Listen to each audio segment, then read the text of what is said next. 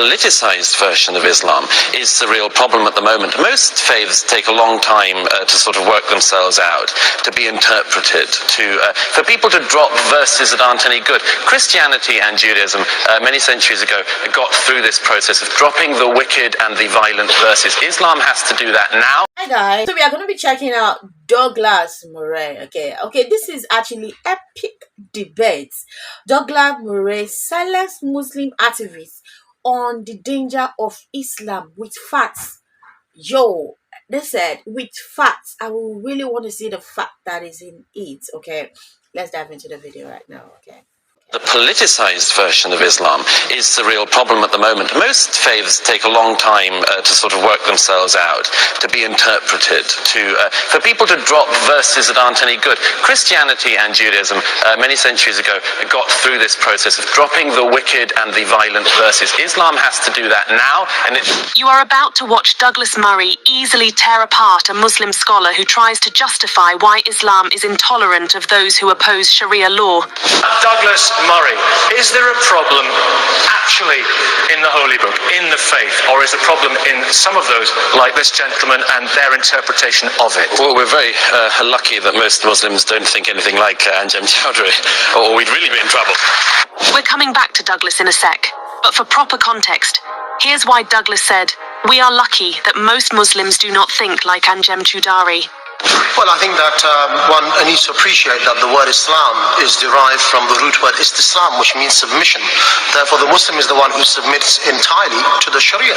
Now, here's the bombshell. Hence, toleration is something which is, if you like, defined by Allah subhanahu wa ta'ala, God. Therefore, if something is in accordance with the Sharia, we tolerate it. If it is outside of the Sharia, we cannot tolerate it. Hold on a sec. In case you missed it, let's play that back again. For if something is in accordance with the Sharia, we tolerate it. If it is outside of the Sharia, we cannot tolerate it. Whoa. He did really just say that if something is in accordance with the Sharia, Muslims will tolerate it. If it is not, they don't. That says a lot about Islam, doesn't it?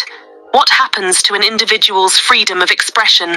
Now, before we get back to Douglas, thankfully, one of the other debaters was quick to set Anjem straight. Sorry, Anjem. First of all, your Arabic was wrong. The root word for Islam is not Istislam, it's Salima. I don't know where you learned Islam from, Anjem. It's probably from Umar Bakr Muhammad. Quite interesting, right? But let's get back again to Douglas. Douglas Murray, is there a problem actually in the Holy Book, in the faith, or is the problem in some of those, like this gentleman and their interpretation of it? Well, we're very lucky that most Muslims don't think anything like Anjem Choudhury, or we'd really be in trouble. Now, pay attention to what Douglas is about to say next. Most Muslims, both in Britain and across the world, are law-abiding, decent people for whom their faith is an important part of their lives. However, there is an awkward thing about Islam, which is that Islam's religion, its founder, was a more violent man than, for instance, the founder of Christianity. Douglas is absolutely right. And he's about to give an example of the point he's trying to make. If Christ, I'm not a Christian, but I have no truck in this thing, but if Christ had been a warrior, had killed people he captured, Christianity's history would be even more violent than it has been. That's a fantastic insight by Douglas. History actually tells us that Muhammad enslaved millions, made up stories, but because Muslims mistakenly believe that he was the perfect man and should be emulated, we now have a world in which ISIS, child brides, slavery, female genital mutilation, wife-beating, and the horrors of Sharia are considered normal, respectable, and the will of the Creator. That said, let's allow Douglas to finish his speech. I'll give you one other example. When a woman is brought in adultery to Jesus, he says, he who's without sin casts the first stone. When Muhammad has a woman brought in adultery to him, he orders her to be stoned. This would be a very different outcome. Now, fortunately, as I say, there's no doubt about this, about the nature of Muhammad as a beginner of a religion. But before we continue, please like and subscribe to our channel for more provocative debates by the Enigma Douglas Murray. We're coming back to Douglas shortly. But before we do, Let's hear some other things Anselm had to say in defense of Islam. For if something is in accordance with the Sharia, we tolerate it. If it is outside of the Sharia, we cannot tolerate it. Hence, for example, Islam will tolerate non-Muslims to live among the Muslims within the Sharia under an Islamic state. Their life, wealth, their honor, their dignity will be protected. They will get the basic needs of food, clothing, and shelter. Hear what he says next. But at the end of the day, we cannot tolerate adultery, fornication. We cannot tolerate apostasy, not because this is from our own whims and desires, but this is enshrined within the Quran and the Sunnah of the Messenger Muhammad. So what should happen to an adulterer? Well, the Messenger Muhammad sallallahu alaihi wasallam said that, as narrated in the Quran, that the one who commits adultery, he will be stoned to death. Again, I've to jump in here. Or, never mind. Let's allow him to finish what he's saying. And the one who commits fornication, who's not married, they will get 100 lashes, and that will be done publicly. And for your information, if you look in the history of Islam, there were, for example, only about 60 reported rapes when the Sharia was implemented.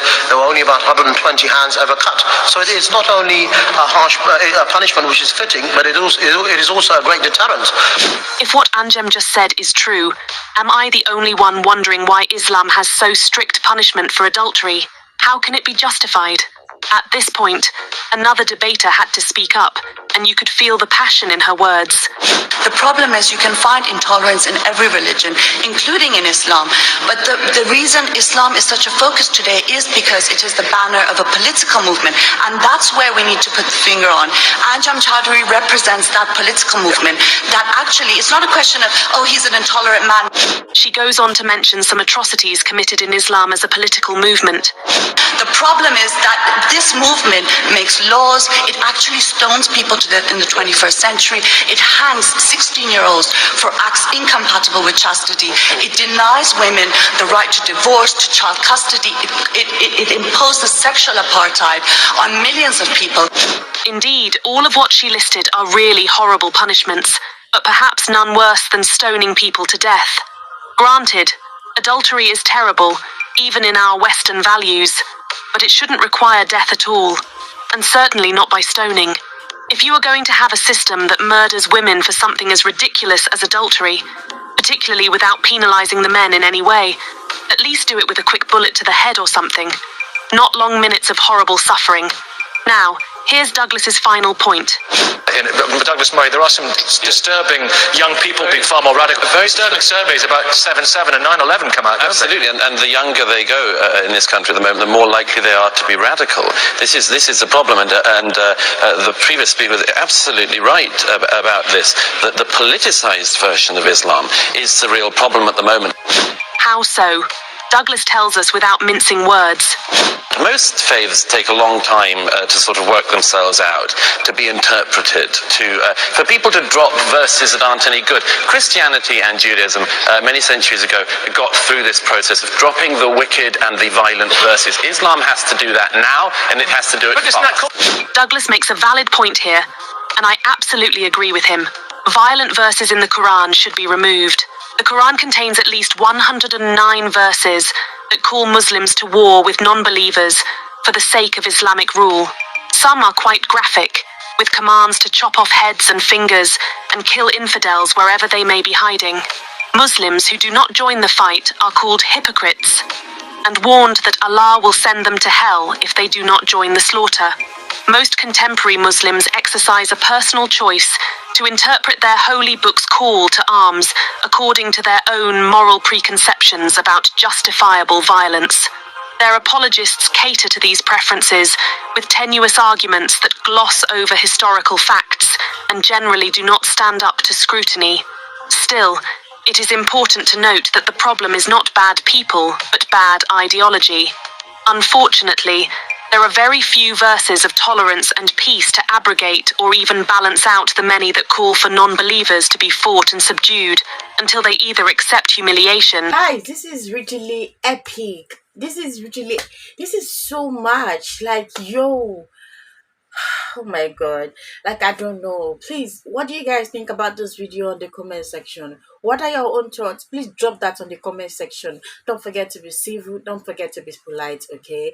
Thank you so much. I will see you on our next one. Bye.